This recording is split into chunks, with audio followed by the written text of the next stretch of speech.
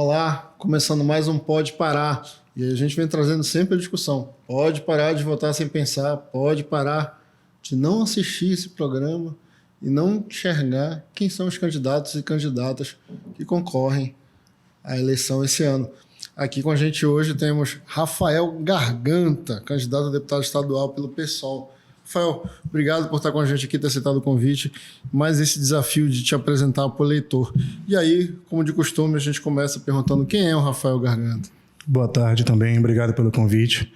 O Rafael Garganta é um músico, produtor cultural, né? Eu costumo levantar a bandeira de que nós somos produtores culturais e não apenas artistas, né? De que a arte ela é muito além do que o entretenimento e o lazer. A própria cultura é muito mais do que isso. Nós enxergamos a nossa produção cultural como uma profissão e não apenas como um complemento das nossas vidas. Muitas vezes, grande parte dos artistas e dos produtores culturais precisam ter um emprego que a sociedade acaba julgando como um emprego de verdade. Aquela é a profissão que existe para bancar a sua arte, e não necessariamente é assim. Eu trabalho com educação, é a minha área de formação, trabalho também com a cultura, logicamente, né? E já há quase 15 anos, isso desde o mais extremo das vertentes do rock até os mais populares dos nichos culturais do Pará, né? Então, é basicamente isso, o Rafael Garganta. Falaste aí que já pertences a uma classe que a população não reconhece como uma classe trabalhadora. E aí tu vai te meter num lugar que a população também desconhece como se sentindo representada, que é o meio político. Em sua maioria, pelo menos, a população reclama de não sentir representatividade. Por que escolher ser político, Rafael? Eu não escolhi ser político. Eu acredito que a política que me escolheu como membro dela. Eu costumo dizer que o envolvimento político que nós temos, ele é muito mais uma questão de conscientização. Ou seja, eu sou de esquerda, eu sou um cara de esquerda, eu sou progressista, mas eu tenho um convívio humano, né? Porque é inevitável, especialmente dentro do rock, é inevitável que a gente não tenha esse convívio com pessoas que são divergentes da gente. Mesmo nos mais polarizados ambientes, a gente acaba convivendo, isso é inevitável e dadas as suas devidas... os seus devidos respeitos, isso é saudável, isso é necessário, né? Eu demorei bastante tempo para me aceitar como um agente político-cultural, porque eu não me considero um militante político, eu me considero um agente político-cultural, alguém que busca, dentro do meu universo, conscientizar as pessoas de que a política ela é muito mais do que uma ferramenta do Estado para que a gente vote a cada 2 anos ou em uma específica eleição a cada 4 anos. É muito mais do que uma ferramenta de eleger aqueles que querem se dar bem no poder público, eleger aqueles que querem se dar bem no poder estatal. E isso eu tenho enfrentado muito agora, inclusive, como político. Eu só consigo, como candidato, né? Eu só consigo determinadas aberturas no meu meio porque as pessoas me conhecem, já dos meus nichos. Então, eu tenho escutado isso desde alguns ambientes mais conservadores e outros mais progressistas. Eu tenho escutado: nós vamos votar em ti porque tu és um dos nossos. Tu não estás aqui para sequestrar as nossas pautas porque tu também és beneficiado pelos teus projetos. Tu também trazes isso como algo que demanda de ti, né? Então, há um tempo atrás, dentro da direita, estava surgindo a ideia dos candidatos empresariais, aqueles candidatos que não são políticos, são figuras que ainda recente. Sim, ainda tem. Eu acredito que de 2018 para cá deu uma decaída, mas ainda tem bastante. Então, eu acredito que, apesar de ser uma frente da direita, uma pauta da direita, isso seja sim algo válido, de despolitizar a figura padrão do político, aquele que entope as suas falas de politiquês, que não chegam diretamente nas pessoas, né? Eu, por exemplo, tenho uma quantidade de pelo menos 3 ou 4 projetos para fazer a implementação no estado do Pará, mas eu não falo deles abertamente, com politiquês. Eu falo basicamente sobre a criação de emprego, renda, né, e de profissionalização dos produtores culturais, porque eu acredito que é isso que chega na grande massa. Eu não vou conseguir sentar com um mestre de carimbó, uma diretora de teatro e falar, sabe, abertamente sobre isso. Assim como eu não consigo chegar com um membro de uma banda de thrash metal e propor, sabe, de maneira aberta. Não é todo mundo que vai entender o politiquês. Então eu chego assim: cara, a tua profissão é a arte, e dentro dessa profissão a gente consegue estabelecer emprego e renda para ti. E basicamente é isso, né? Eu tento quebrar certos vícios de linguagem da esquerda, que nós temos muito, infelizmente, certos vícios de linguagem de falar sempre um academicismo enjoado, um academicismo chato, que quase sempre não fura as nossas bolhas, se permanece nas nossas bolhas. Então, para evitar esse tipo de linguagem que muitas vezes chega nas pessoas como soberba, eu quebro tanto essa linguagem quanto a linguagem política. Sou um candidato, sim, a deputado estadual, que inevitavelmente me faz ser um candidato político, mas eu estou aqui como um membro de uma classe artística ampla, né? Eu já atuei desde o Arraial do Pavulagem, ao qual eu trabalhei em 2 gestões, até os mais undergrounds ambientes do rock, e sempre com essa mesma linguagem. Eu sento para conversar com o mestre de carimbó da mesma forma como eu sento para conversar aqui contigo ou com o pessoal de produção do rock de Belém, Ananindeua, Amarabá, qualquer que seja a vertente. Agora, tem uma coisa que tu estás falando aqui que conceitualmente, na verdade, geram 2 respostas, né? A gente está falando, te entendendo como um agente político dentro sendo artístico, né? Sendo artista. Então, isso já te torna um corpo político, mas concorrer a um cargo eletivo é uma decisão também que... qual que é a ideia de concorrer, a necessidade de concorrer a um cargo eletivo? Porque... mesmo nos nossos campos políticos, mesmo nos nossos nichos e redutos culturais, muitas vezes quando a gente elege pessoas que dizem abraçar as nossas causas, ou até mesmo pessoas que se aproximam, quando esses projetos, essas pautas desse candidato ou dessa candidata são efetivados, a gente não se sente inserido. Sempre tem um porquê ali, uma necessidade ali, entende? Sempre tem aquela pendência. A gente nunca... Eu posso estar enganado, é claro, mas pelo menos nos meus anos de vida, eu estou com 36 anos agora, pelo menos nos meus anos de vida, tanto social quanto política, eu nunca vi um projeto, seja municipal ou estadual, que nos abrange e nos acolha de maneira total. Eu nunca vi. Então, por exemplo, vamos pegar a música, porque é o universo cultural mais imediato a mim. Nós temos, por exemplo, projetos que, em teoria, no governo do estado, então também na prefeitura de Belém, acredito que em Ananindeua tenha um desse, são os que eu mais conheço, nós não temos, por exemplo, divisões específicas ou acolhimentos específicos para que os artistas se sintam inseridos de verdade. Então, projetos que foram criados especificamente para a pauta autoral da cultura, projetos inéditos, projetos ali inseridos para que se promova a produção cultural de maneira nova, né? E inovata, inclusive, artistas que nunca produziram nada, esses mesmos artistas têm que disputar com artistas covers, que já são relativamente consagrados em seus nichos, ou artistas de grandes renomes, tanto da música popular quanto da musicalidade mais urbana.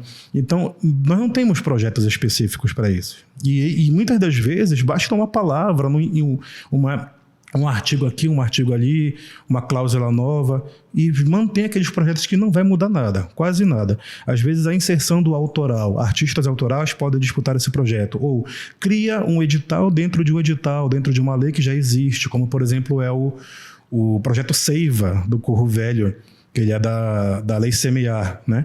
É um projeto maravilhoso, e está lá escrito artistas autorais. Produções culturais novas.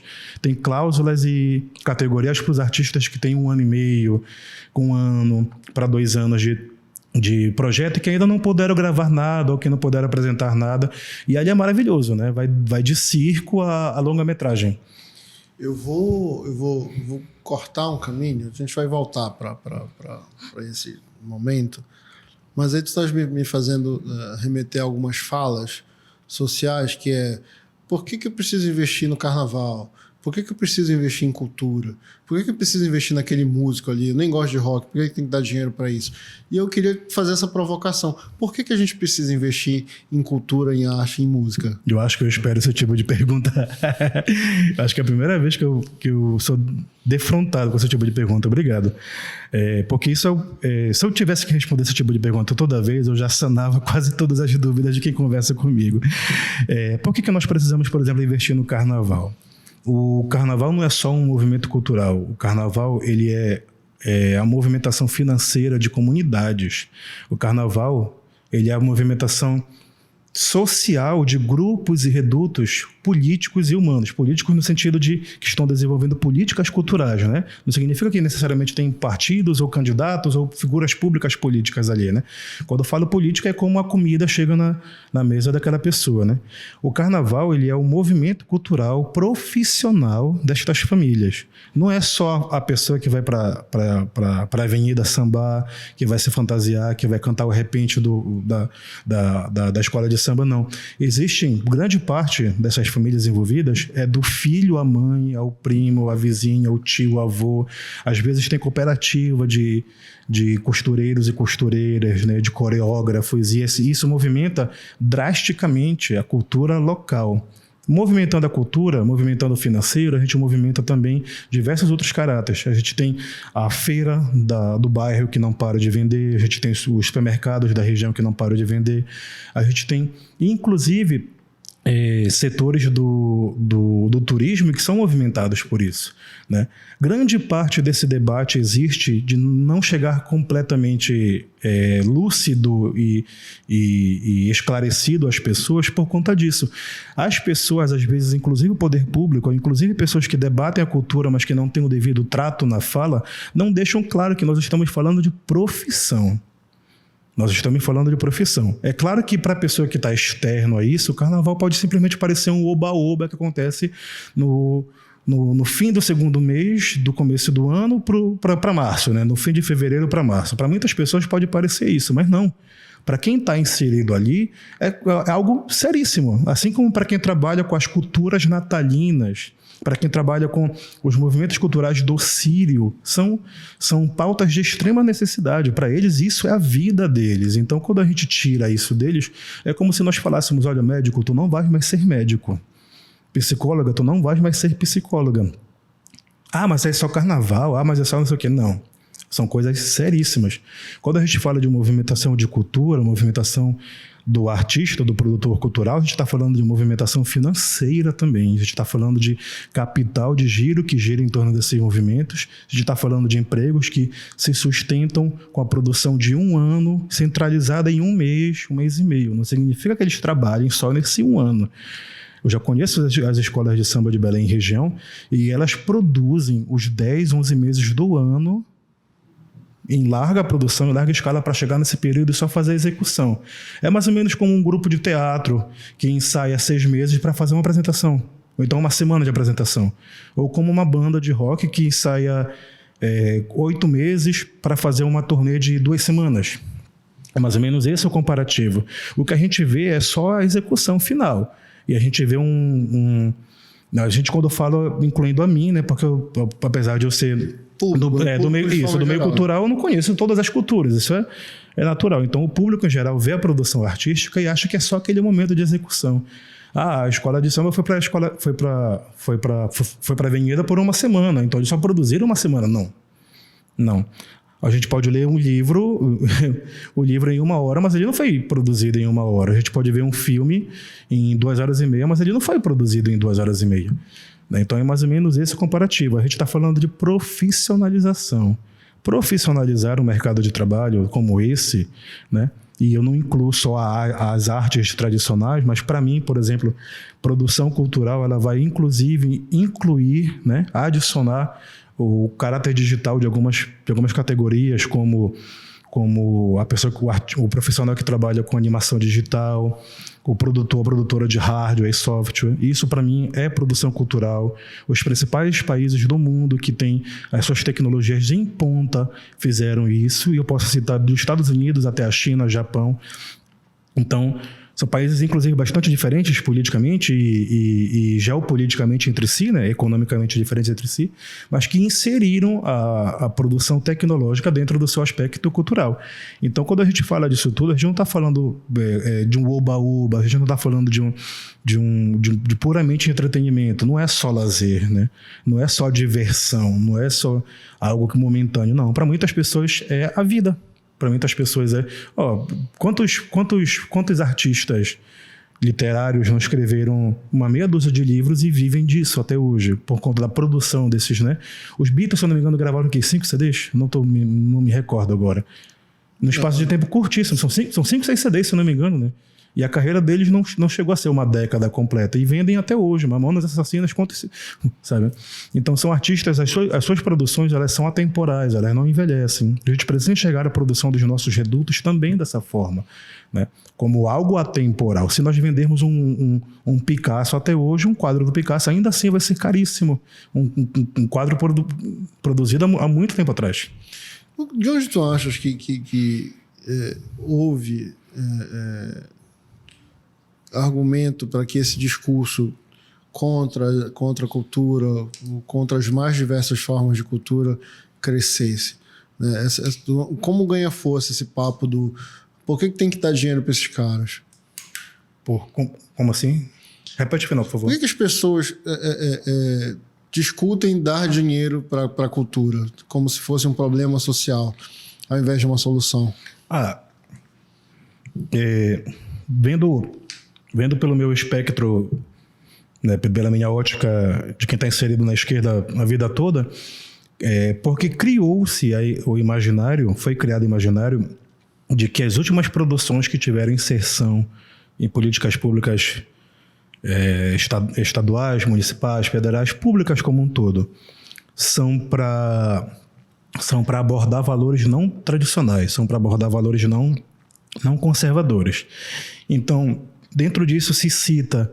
São sempre os mesmos exemplos. Mas as últimas, essa pessoa nunca viu um desfile de carnaval, não viu os últimos 20 anos de desfile de carnaval, por exemplo. Pois é, sabe? Então, são pessoas assim que, às vezes, eu digo que foi a expansão do universo tecnológico que fez essas pautas serem mais imediatas para quem não conhece a cultura de perto. Então, para aquela mesma pessoa que não procura um estudo mais aprimorado, e essa pessoa tem o direito de não procurar, tem o seu devido resguardo de não necessariamente se especializar naquilo, é de escolha ou não da pessoa, né?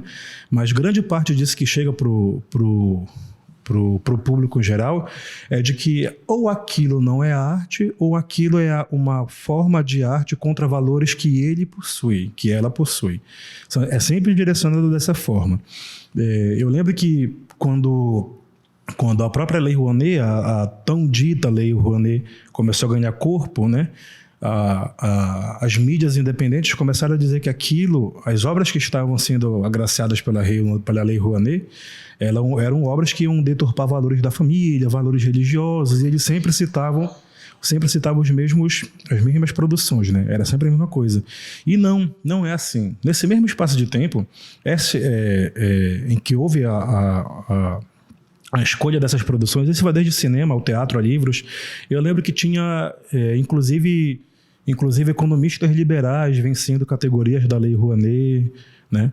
Então, são bodes expiatórios que foram escolhidos ao longo do tempo para colocar a população contra aquelas produções culturais, né? E isso vai desde, por exemplo, o filme da Bruna Surfistinha ganhou não sei o que da Lei Rouanet. O outro filme não sei o que é comunista, é socialista, é esquerda, não sei o que. Então, criou-se esse pânico moral, esse pânico cultural em torno dessas pautas para dizer que aquilo era coisa de vagabundo, né? E a própria Lei Rouanet, as pessoas acham que é mamata, que é lavagem de dinheiro, que é evasão de dinheiro público. Não, é algo dificílimo. Disputar a Lei Rouanet é difícil, ganhar é mais ainda. Justificar um terceiro momento a execução do projeto é muito mais difícil ainda. Na Lei Rouanet, se eu comprar essa caneca aqui e dar para algum dos membros, eu tenho que justificar nota por nota fiscal. Comprar essa garrafa d'água aqui também é a mesma coisa. E não é repasse de dinheiro, como muita gente pensa, né? É uma carta que nós recebemos, isso até a Prefeitura e o Governo do Estado trabalham, uma carta de abono fiscal que a gente bate na porta da empresa X, na porta da empresa Y, e diz assim: meu amigo, eu tenho essa carta aqui de R$300 mil, eu gostaria de fazer um curta-metragem, quero fazer um evento cultural, uma virada cultural em Belém com as bandas, com artistas e grupos de toda a região metropolitana. Como é que eu faço? Aí o empresário ou os empresários escolhem se vão abraçar aquilo ou não.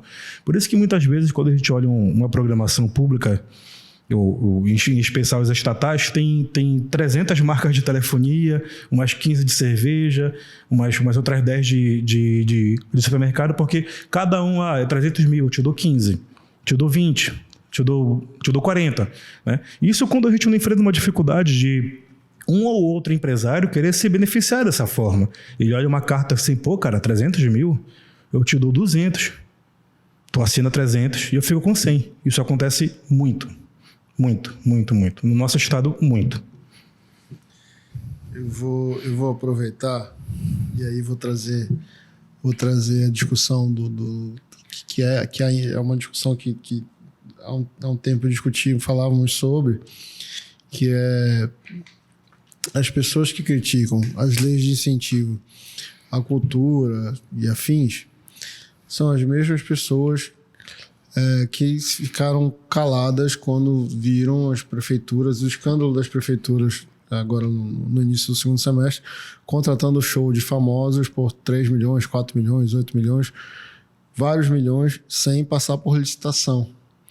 E aí eu queria aproveitar, então, já que tu estás entrando nesse assunto, já falaste um pouco, né, de como que funciona a Lei Rouanet, porque também muito me parece que as pessoas criticam sem saber o que são as leis de incentivo à cultura. Né? Como é que é, por exemplo, pegando a famosa Rouanet, que é odiada por muitos?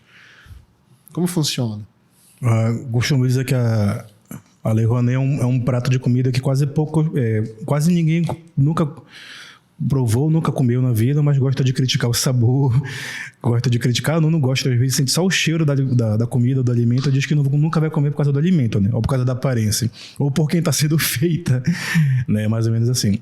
A Lei Rouanet, ela é uma lei de extrema justiça social.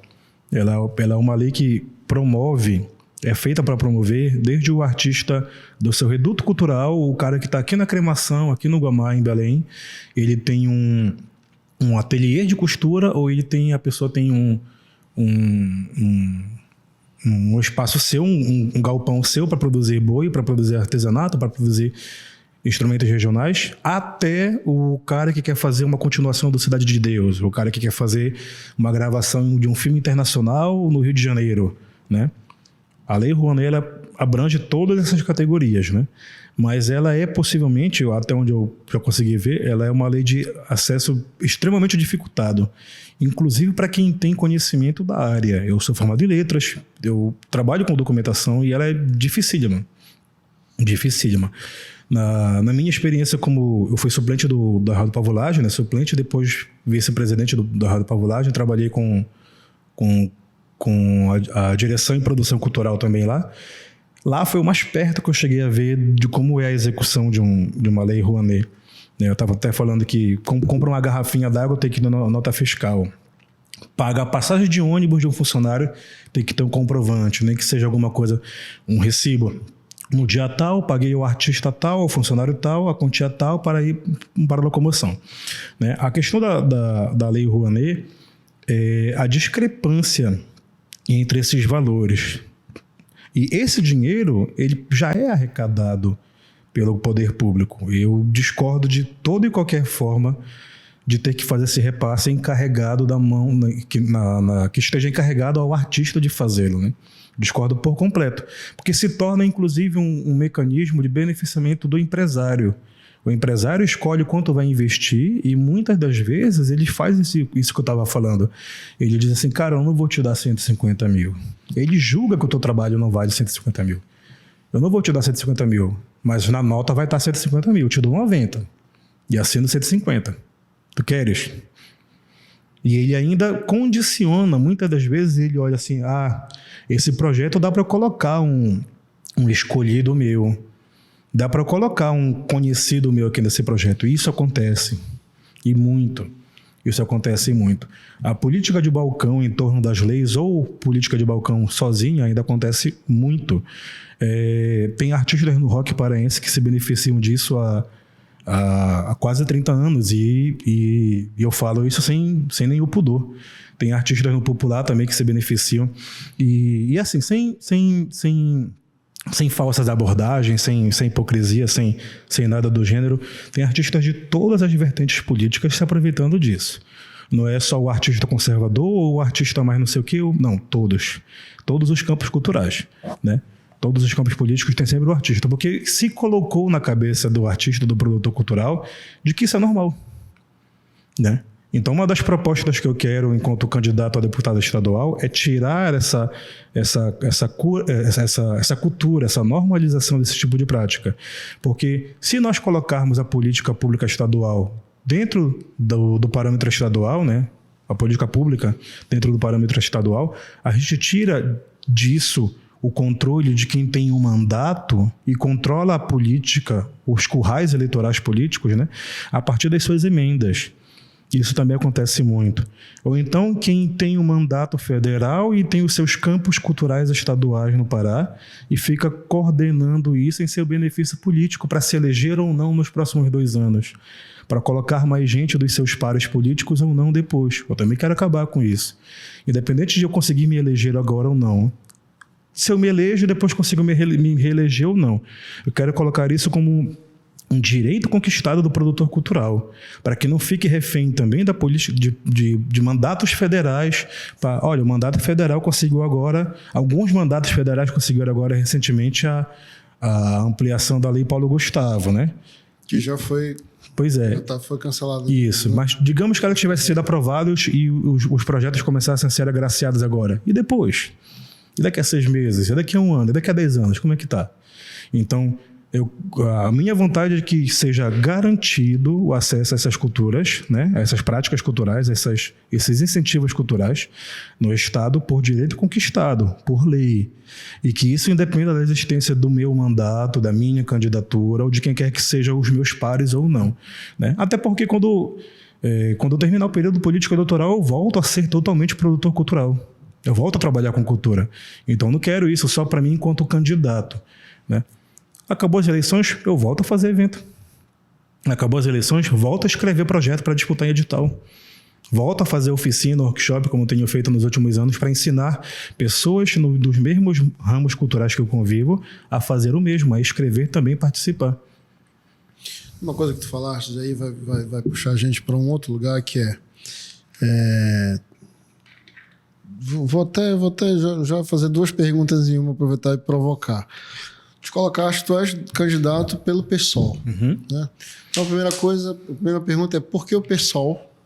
E depois eu queria entender, ter a tua resposta em relação à quantidade de legendas hoje no país. O que tu achas dessa quantidade de legendas? Principalmente quando a gente está discutindo fundo partidário, que a população não consegue entender por que aumentou, como é que é distribuído isso. Todo mundo precisando de problema, o pessoal com fome, precisando de emprego e tal, mas o fundo partidário está lá, está garantido. Então, por que o PSOL?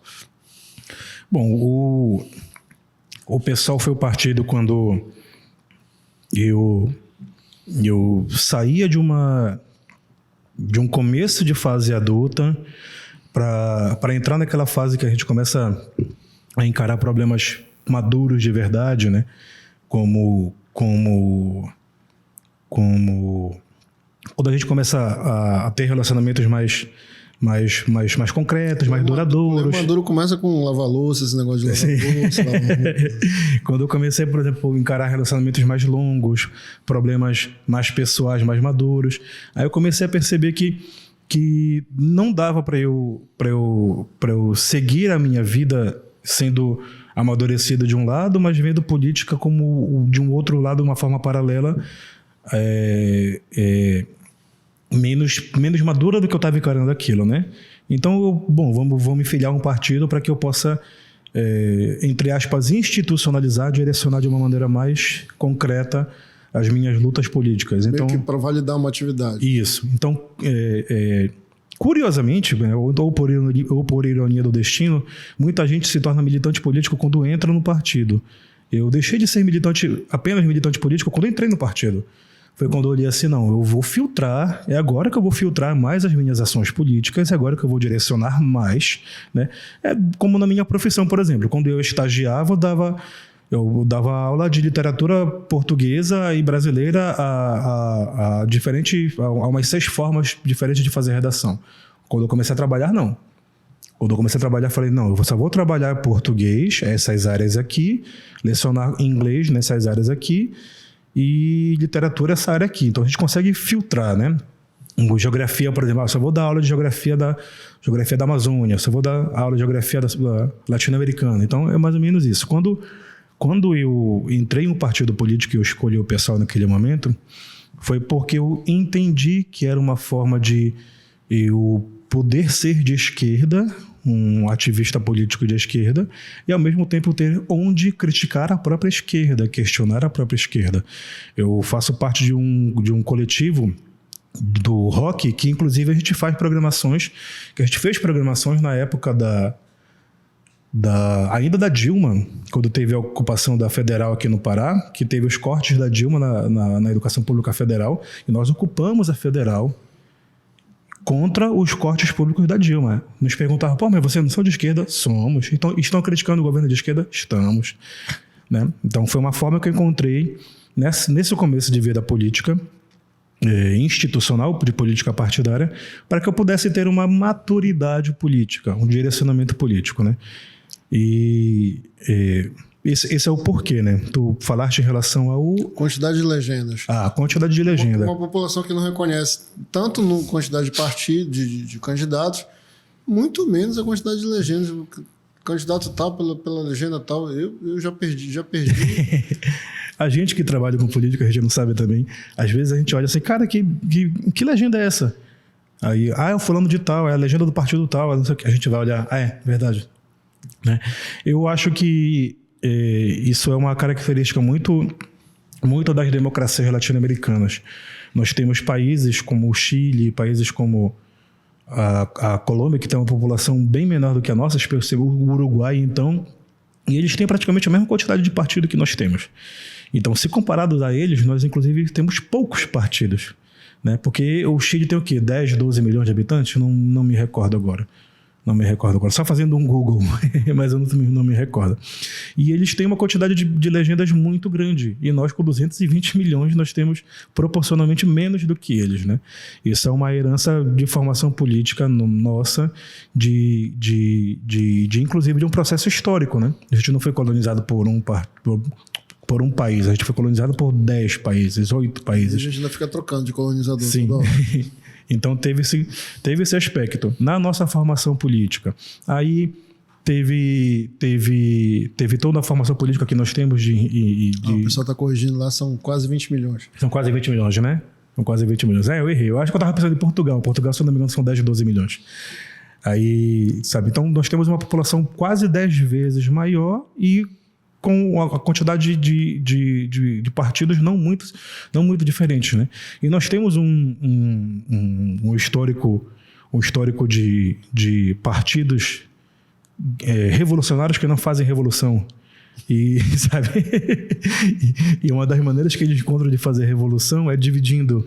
É uma prática, inclusive dentro das esquerdas, muito trotskista, né? Trotskis que tinham o hábito de dividir. A gente até brinca assim, não, cara, já vai querer dividir? Não,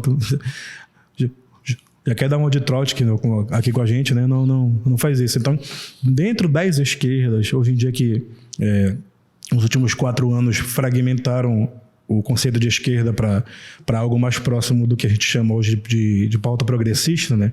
Os democratas se aproximaram muito também do campo progressista.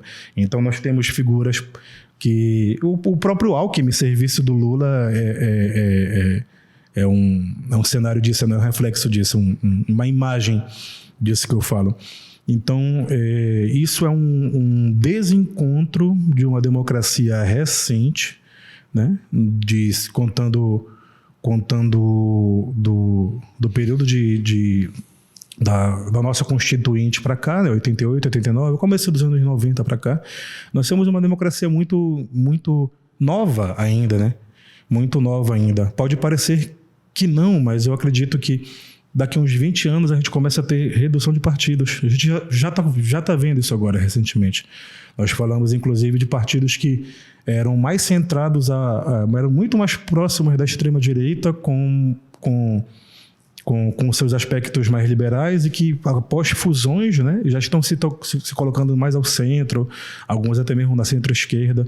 E são partidos que vêm se aglutinando em 3, 4, às vezes virando 1.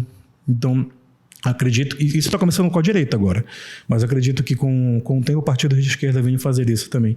Até por conta da lei de cláusula de barreira, né? Assim, tem partidos que, se não tiverem mandatos, vão sumir. Falaste de uma coisa, e eu acho muito legal que a gente está passando exatamente um momento contrário na política, que é eu não posso mais criticar o candidato eleito pelo meu voto, inclusive. Porque se eu critico, eu deixo de ser apoiador e passo a ser opositor. Como é que é esse momento da política em que a gente não pode mais reclamar quase de nada, assim, porque aí vem a militância? Quer dizer, não a militância, né? Eu não vou nem ser injusto com a militância. Assim. Pessoas se fazem militantes. Sim, a digitalização da militância fez essa militância isso. digital aí que... Como é que é? Aí a gente não pode mais... E aí a gente tem brincado aqui que é a questão de ter virado torcida de futebol. E aí a gente... Como se a gente também não pudesse reclamar do time que não tá ganhando. Como se tu... eu paguei o ingresso. Eu não posso reclamar porque eu paguei o ingresso, né? Como assim? Cara, tem uma fala do Humberto Eco que ele fala justamente sobre isso, né? Que antes o pensador, para expor o seu pensamento, o filósofo, o educador, o dramaturgo, o literário, o matemático, o engenheiro, qualquer pessoa precisava ter a formação naquilo e a experiência profissional naquilo, né? Hoje, com a internet, ela dá a sensação para todo mundo de que todo mundo pode fazer isso a qualquer momento, né? Eu vejo isso como dentro. Eu não vou nem falar dos outros campos políticos, porque é muito fácil. Eu acredito que é muito fácil alguém da esquerda criticar frentes conservadoras que fazem isso e, ao mesmo tempo, fingir que não acontece isso nas minhas bolhas. Isso acontece bastante. Eu vejo dos dois lados. Pois é. Eu vejo dos dois lados. Eu só acho que as pautas progressistas, as bolhas progressistas e de esquerda, por incrível que pareça, é que se expõem menos nas redes, mas é tão nocivo quanto. A era de que se pode achar o que quiser sem ter, eu não digo nem a experiência acadêmica naquilo, mas é uma experiência de vivência. Por exemplo, um artista, ele não precisa ser um músico, ele não precisa ser ter a sua carteirinha da Ordem dos Músicos e ser formado, sei lá, em alguma área específica de artes para poder falar sobre música. Ele tem aquela vivência e pronto, isso basta, né? Ou então, por exemplo, eu não tenho conhecimento científico de formação, mas eu posso pesquisar, eu posso estudar, eu posso usar como fonte. Tem grande parte das pessoas que não fazem isso, mas criticam muito mais os outros que não fazem do que a si mesmo. Tem muita gente dentro dos meus campos políticos que se enclausura das suas capas de militante, das suas pautas identitárias, e acham que podem apontar o dedo na cara de todo mundo e questionar todo mundo, sem ser questionado ou questionado por igual. Então, existe sim uma determinada... Eu não digo guerra, mas um determinado embate ideológico, sabe? De que, cara, como é que tu tá criticando fulano de tal? Sim, eu tô criticando ele porque eu quero votar nele depois de novo, sabe? Ele é quem eu acredito que possa ter um direcionamento político que me agrade dentro de uma visão social e política. Mas se ele continuar fazendo isso, eu não voto nele, eu não vou votar no outro, eu não vou votar na outra, mas nele eu não voto mais. Cara, mas assim tu estás contribuindo pro inimigo? Não, cara. Não, pô, é na minha, eu não tô querendo... Eu tô falando isso pra mim e, no máximo, indo em uma rede social questionar um político tal na página dele. Não tô ameaçando ele, não tô criticando quem faz nem nada, né? Eu acho que o grande perigo da crítica real é isso, né? Quem acha que pode colocar a vida do outro ou da outra em questionamento por conta de uma discordância política. E isso não é só de um lado que tem sido feito. Você tem... E tu estás falando que a gente também está falando de... Vou dar exemplo aqui, sem citar nomes ou localidades, mas exemplo, a cidade está suja, não está suja, mas está suja, né? Está alagando. Não, mas não pode falar. Ué, mas por que não pode falar que está alagando? Então, como eu tenho visto agora recentemente, né? Cara, muito bacana ver ainda seguindo a tua linha também, né? Muito bacana ver a cidade X com movimentação cultural. Tá, é bom mesmo, mas a gente precisa também de mais criação de emprego e renda. A gente precisa de mais asfaltos sem ser no centro urbano. A gente precisa de pavimentação aqui nos bairros mais afastados, nas zonas mais periféricas. A gente precisa de mais ônibus chegando aqui, sabe? A gente precisa de mais coleta de lixo. É muito bacana a gente poder ir para a praça tal, domingo tal, se divertir. Mas e o restante, né? E isso não te impede de questionar aquilo, de criticar aquilo, tendo formação ou aquilo não, sabe? Se aquilo te incomoda, tu não precisa ser urbanista para criticar... Sim, porque meu local de fala é como cidadão. Sim, como eleitor, como alguém que ajudou a colocar aquela pessoa naquele cargo público, né? Ele é um agente público, aquela pessoa está prestando serviço a ti, a mim, a equipe daqui do programa, a todo mundo. Tem outra coisa que é o seguinte, falaste, deixa eu começar, se a gente começou a conversar, tu te posicionaste extremamente, assim, olha, já estou no PSOL, sou de esquerda, foi de onde esse campo, esse espectro que eu habito e que eu me entendi na política. E uma crítica que algumas pessoas têm feito também esquerda ou direita, tanto faz. O pessoal está precisando de comida no prato. E aí, nossa, com todas as aspas possíveis, eu não tenho colocado, não é um discurso irracionário, não é um discurso assim, mas me preocupa um pouco políticos que fazem desse argumento de se você é contra, você é do outro lado, se você é a favor, você é desse lado, e no final das contas a gente não tem debate político oficialmente, né? Você está muito mais discutindo esses aspectos que para a população como um todo, essa galera, esses 33 milhões de pessoas passando fome no Brasil, esse discurso não chega. Esse afastamento também do político como um todo da população não é danoso? Sim, eu acredito que é mais danoso na esquerda do que na direita, porque na esquerda é velado, finge-se que não existe, né? Existe a dissimulação que não existe, que toda figura pública de esquerda é próxima do povo, e isso não é real. Isso não é real. Quem está me vendo falar isso agora, desculpa tanta sinceridade, desculpa esse tapa de luva na cara, mas ele é completamente necessário. Existe gente ruim também nas nossas bolhas, existe gente não confiável também nas nossas bolhas. Eu não sou nenhum santo em um ou outro aspecto, mas nesse que eu venho tentando falar de aproximação real com a população, eu busco ser o mais correto, sim. Tem muita gente, quando eu disse internamente, eu vou ser candidato, tem muita gente que disse, pô, cara, então bora inserir isso, aquilo, outro, pauta identitária X, pauta identitária Y. Eu falei, não vou. Desculpa, mas eu não vou. Ah, cara, mas nós temos que falar de que as pessoas querem ouvir. Sabe? Eu falei, não, cara. A minha proposta vai ser geração de emprego e renda para o meio cultural. Ah, mas tu tem que colocar a pauta identitária X, a pauta da cor de pele Y, a pauta do gênero Z, a pauta... Não, cara, não vou, desculpa. Ah, mas tu não vai ser candidato de esquerda? Vou. Mas deixa eu ver o trabalhador cultural com a comida na mesa e uma carteira de trabalho assinada naquilo que ele quer viver, quando ele e a família dele estiverem bem. Aí, meu amigo, agora que tu está comendo, agora que tu está com alimentação, que tu está pagando as tuas contas, vamos falar sobre como é que vai ser a vida dos teus filhos depois. Vamos falar como é que vai ser a tua convivência no mercado de trabalho, que tu precisas entender e aceitar o diferente, a convivência com o diferente. O diferente que vai ter uma religião diferente da tua ou nenhuma, o diferente que vai ter uma orientação sexual diferente da tua ou nenhuma, né? O diferente que vai ter uma escolha, sei lá, até mesmo de roupa, de vestimento diferente da tua, e que aquilo não vai te incomodar. Isso a gente traz quando a pessoa está bem da sua vida, cara. Isso a gente não traz quando... Está alimentada, minimamente. Sim, entende? Não, eu até penso mais, não é só estar alimentada, é estar bem, sabe? Trabalhando. O mínimo pra gente poder... com uma segurança psicológica mínima, com uma segurança de vida mínima. O fulano, como é que o fulano vai me escutar falar de debate de gênero se ele chegar na casa dele e está preocupado com o aluguel que está atrasado 2 meses? Entende? Pô, o cara vai chegar na casa dele preocupado com o leite que está 40% mais caro do que nos últimos 6 meses. Como é que eu vou falar sobre inclusão racial no mercado de trabalho com fulano? Ele não vai me ouvir. Ele vai achar que isso é frescura, né? Bem, entre aspas, frescura, que é mimimi. Entende? Não tem como. Então, internamente...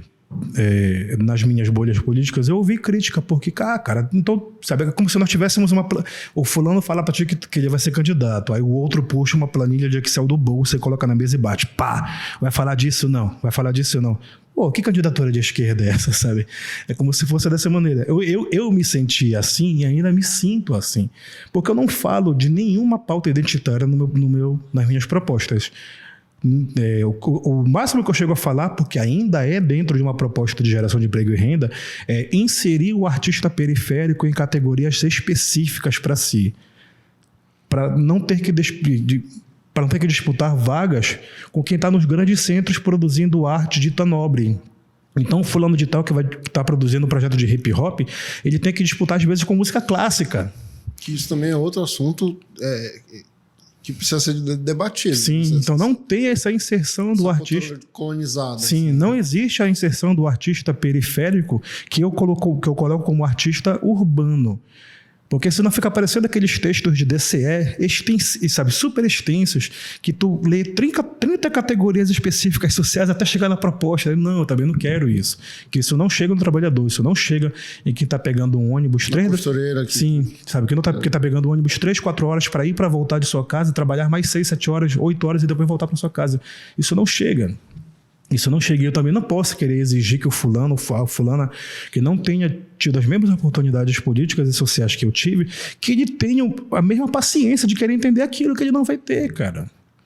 Ele não vai ter. Eu tenho escutado muita coisa, mas assim, gente, eu posso não estar sendo entendido por completo agora, mas eu acredito que esse modelo que eu tenho trazido, daqui a umas 2 ou 3 eleições, venha a ser bem mais vigente, bem mais característico do que está sendo hoje.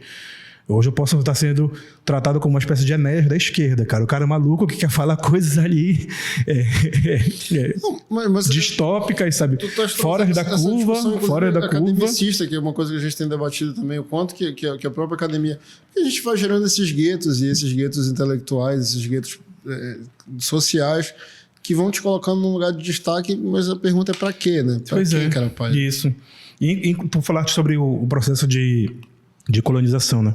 Essa mania academicista, ela é puramente colonizadora, porque quando a gente pega os grandes filósofos, educadores orientais, inclusive os russos, quando eles dialogavam com a população, era em linguagem rural, né? Lenin não descia no seu palanque para conversar com o agricultor, sabe, com a linguagem robusta. Sócrates não descia para conversar com seus iguais em linguagem intelectual. Não, ele conversava com o lavrador, com o agente de limpeza de rua ali, de maneira simples, direta. As traduções ocidentais que colocaram esse embelezamento europeu nessas obras para ser vendida como arte superior, como leitura superior, como trabalho intelectual superior aos países colonizados. É isso que aconteceu. Então, isso foi colocado também na música. Isso foi colocado na música. A gente acredita que as músicas eruditas, as músicas clássicas, que elas são as superiores, as artes superiores. Quando a gente vai, eu ainda não fui, não sei se tu já foste, mas quando o brasileiro vai para países mais do leste europeu, ele tem esse choque cultural porque ele vê essas obras sendo executadas na rua, como o carimbó é executado na rua aqui. Ele vê essas mesmas artes sendo colocadas em metrôs, em guetos, em pubs, e aqui ele acha que é obra de grandes teatros, de ingressos de altíssimos valores, e lá é a cultura popular, lá que foi trazida de uma maneira e simplificada, às vezes com palavrões, às vezes com vícios de linguagem, com vícios de cultura, com vícios, sabe, com execuções mais sexualizadas do que são pra cá. Aí ele tem esse choque de cultura, cara. Sabe, eu já convivi... Eu tenho uma antiga professora de trabalho, uma amiga de trabalho, professora, que ela foi para Viena e ela via peças de teatro na rua. Que aqui ela só conseguiria ver em museus fechados com ingressos caríssimos. Essa coisa de que uma classe impõe sobre as outras e a gente continua bancando ou pagando para ver o resultado das questões. Sim. Ou então como se uma arte centralizada, uma arte localizada, ela não pudesse alçar esses mesmos tipos de patamares, né? O fulano está produzindo uma arte ali na periferia de Marabá. É isso, deixa ele lá, sabe? Não se cria a oportunidade desse artista, seja periférico ou não, seja clássico ou não, seja urbano ou não, não se tem esse imaginário de que ele possa alcançar determinados status, né? Mas quando muitas vezes um artista europeu alcança, é colocado como parâmetro, né? Eu nos últimos anos cortei bastante relação com pessoas mais conservadoras, mas dados os devidos respeitos, eu ainda mantenho certos contatos, né? Mas eu tenho visto, ainda vejo muito né? Eu não quero que isso seja senso comum, não é uma experiência só minha, não é uma experiência... Eu entendo que possa ser uma micro bolha de experiência pessoal e não uma macro bolha, mas eu vejo muitas pessoas dentro desses universos mais conservadores que chamam de vagabundo o artista da rua, o artista da praça, e quando vai para uma Itália e vê a mesmíssima coisa, bate palma, filma, coloca no Facebook, coloca no Twitter, coloca no Instagram. Não é o mesmo cara que quando vai para os Estados Unidos se orgulha de encher o carro? Sim. Sim. É a mesma pessoa que é legal, aqui não pode? É a mesma pessoa que é contra... Que é bastante xenófoba aqui no Brasil, né? Que é bastante preconceituoso em relação aos imigrantes aqui no Brasil, e vai para os Estados Unidos e tem um choque de cultura que lá ele é chamado de chicano ou de ticano. Eu não quero saber se o cara é mais branco do que ele imagina que seja, sabe? Mais caucasiano do que ele imagina que seja, não. Chegou nos Estados Unidos, o cara pode até ser rico, milionário, ele é tratado como estrangeiro mesmo, ticano. Então eles voltam para lá com esse choque de cultura, mas nem todos relatam, né? Tem uns que já conversaram comigo, cara, eu fui para os Estados Unidos, passei 2 meses, eu com um tradutor do meu lado e me tratava como se eu estivesse querendo ali roubar a terra deles. Eu falei, tá vendo?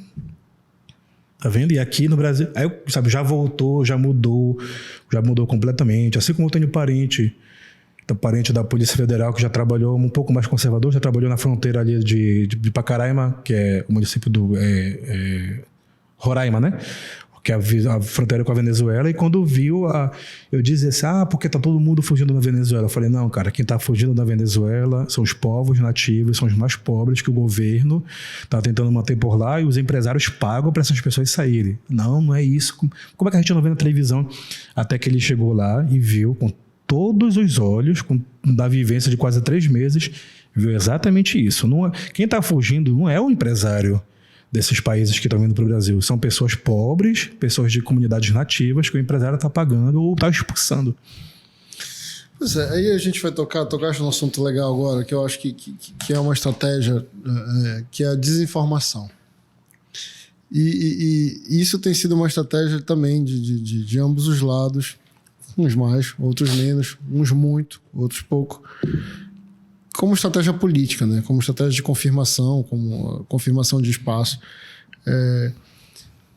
Como é que a gente trata isso? Como é que a gente começa? Porque, por mais porque a mídia, o jornal A, a emissora tal, fala tal coisa, mas quando tu chegas no supermercado, tá mais caro. Então, assim, tem um bocado de forma de validar e comprovar se aquela informação é verdadeira ou falsa, né? Como é que lida com isso na política? Como é que a gente combate? De imediato não tem como. É um embate que eu tenho interno também com as minhas bolhas, de dizer isso, que não adianta a gente querer que isso seja sanado de agora, que não vai. Isso é impossível. Isso é impossível. Eu tenho amigos que são professores da Federal, da UEPA, e muitos, mesmo com as suas experiências, eles não entendem que se eles derem uma palestra hoje para 10 mil pessoas, semana que vem tem outras 10 mil que não fazem a mínima ideia do que ele falou. Se ele formar 10 turmas em 5 anos, daqui a 5 anos tem outras 10 turmas que não fazem a mínima, isso não acaba. E olha que eu estou falando de um universo específico em que as pessoas estão ali para se graduarem, se especificarem, se especializarem naquilo, né? Quando a gente traz isso para os meios políticos, é ainda mais latente para os meios políticos de convivência social. Não tem como. O que a gente precisa entender é que a parte de informação da política, ela precisa caminhar no mesmo ritmo em que os meios de tecnologia também caminham. A gente não vai conseguir educar, instruir, direcionar, não digo nem educar. Educar acho até que é uma palavra forte, porque acaba dando a margem para quem acha que a gente quer doutrinar as pessoas, né? Acho que a gente não consegue esclarecer as coisas para os outros se nós não entendermos que esses outros não estão usando os mesmos padrões de recebimento de informação que sempre usavam, né? Ainda se lê muito, ainda se compra muito jornal, ainda se assina muitas revistas, mas grande parte da população já não se informa mais dessa forma, né? E isso não é um erro do trabalhador que tem acesso, ele não escolheu aquilo, né? Aquilo é o que cabe para ele ter acesso. Às vezes até mesmo pessoas instruídas. É o que cabe naquele momento. É o que dá tempo. Sim, é o que dá tempo. Então, se nós não nos habituarmos a chegar no trabalhador, na trabalhadora dessa maneira, a gente vai perder. E eu não digo isso só politicamente, eu digo em relação a nós termos uma nação mais informada, mais instruída, mais direcionada, mais consciente, né? Porque isso não é para mim, ou para ti, ou para o meu partido, ou para quem vota em mim, ou deixa de votar em mim, não. Isso é para a gente, é para os nossos parentes, para os nossos filhos, né? É para todo mundo. Então a gente precisa compreender isso. Como é que nós vamos conseguir sintetizar informações de conteúdo macro para recebimento micro? Como é que nós vamos conseguir fazer isso? E não é só mandar informação, porque acesso à informação todo mundo tem, mas que tem sido um debate longo aqui entre a gente. Uma geração aí que está assistindo vídeo, filme, série no vezes 20, né? Que não está fazendo, maratona uma temporada em algumas horas, mas não entendeu nada no fim dos contos. Sim. Eu tenho amigos de 18, 19, 20 anos que assistem a mesma série que eu vejo e eles veem na velocidade dobrada, às vezes triplicada. Então eles baixam para poder assistir em players que rodam ainda mais rápido, né? Eu vejo tranquilamente. Aí eu termino de ver a série, que eu vou comentar com eles, aí eles... Não, cara, não tinha isso na série. Tinha sim. Aí eu puxo o aplicativo que roda aqui na frente deles. Eu passei batido. Passou batido porque viu rápido demais, né? Então, ao mesmo tempo que a gente precisa entender como... Não é acelerar a informação, mas simplificar. Eu tenho muito como exemplo os próprios jornais, especialmente os que passam na parte da noite, o fim da tarde e o começo da noite, eles já estão nesse caminho. Ainda são televisivos, mas não tem mais aquele mesmo vício de linguagem, de execução, não tem mais aquele mesmo vício jornalístico. Eles não colocam 3, 4 entrevistados para falar uma mesma coisa. Não, coloca só o especialista, a especialista naquela área, e pronto, vai falar. Pronto, simplificou. E vamos ouvir de verdade. Sim, e sabe? Então pronto, aí coloca alguém que está ligado à vida pessoal, à vida real das pessoas, né? Do cotidiano, para falar daquilo. Coloca o especialista, beleza, mas depois coloca um ajudante de pedreiro para falar como é que aquilo está chegando nele. Coloca uma cobradora de ônibus para falar como é que aquilo está chegando nela. Tem que ser dessa forma. Tem que ser dessa forma. Eu digo que não só o meu político de esquerda, mas todos os meus políticos precisam entender isso, né? Eu assim, bem criteriosamente, a direita já está fazendo isso há mais tempo. A direita, inclusive, ela consegue cooptar a forma com que isso chega na população mais rapidamente. Eu só discordo da forma como isso tem sido feito, né? Se cria pânico de inimigos imaginários, de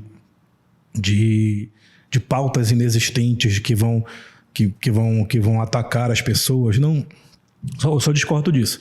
Porque isso também é pegar em um em um medo muito comum das pessoas. Isso é pegar em um medo muito...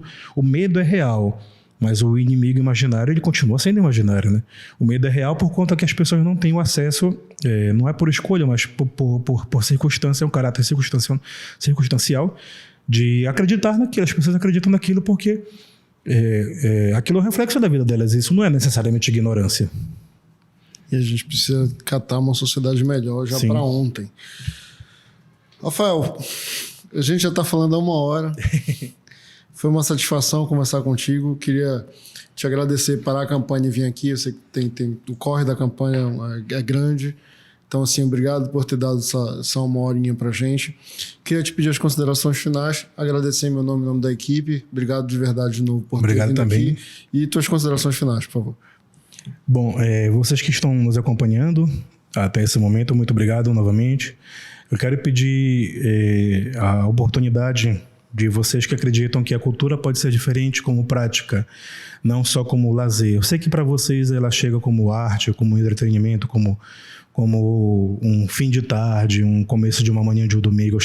Eu sei que é assim, dessa forma para vocês. Eu não espero que vocês se profissionalizem na cultura, porque ela não é a profissão de vocês, mas entendo que para mim é. Ela pode não ser a profissão da tua vida, mas ela muitas das vezes é a profissão do teu filho, da tua filha, do teu primo, daquele teu amigo de infância que está tocando no bar da esquina, a vida toda não conseguiu uma profissão ainda dentro da sua execução artística. Pense neles, pensa em todas as pessoas que estão inseridas nesse ambiente. A gente não precisa ser engenheiro para ser músico, a gente não precisa ser psicólogo para ter um grupo de dança, a gente não precisa ter uma profissão dita habitual para que a gente consiga colocar a nossa arte em execução como profissionais. Se vocês acreditam que isso que eu falo agora é possível, eu peço uma oportunidade de volta para vocês. Não estou aqui para pedir voto em nenhuma outra candidatura. Eu acredito que a minha fala neste momento precisa ser pessoal, a vocês que me escutam. O meu número é 50999 como candidato a deputado estadual. Se for possível, eu agradeço de coração. Obrigado mesmo. Obrigado, Rafael. É isso aí. O candidato falou o que tu querias ouvir, a candidata, buscando os outros programas, falou, não esquece de seguir nas redes sociais, não esquece de ir lá na rede social do candidato, dar uma olhada no que ele fala, se de fato o que ele fala tem a ver com o que ele pensa e tem praticado. Acho que essa é uma boa forma da gente entender. E é isso. Cultura é uma solução para ti também? É o que o Rafael defende. Se está de acordo, segue, vai junto. Vamos junto e pode parar. A gente se encontra no próximo programa. É isso aí. Um abraço.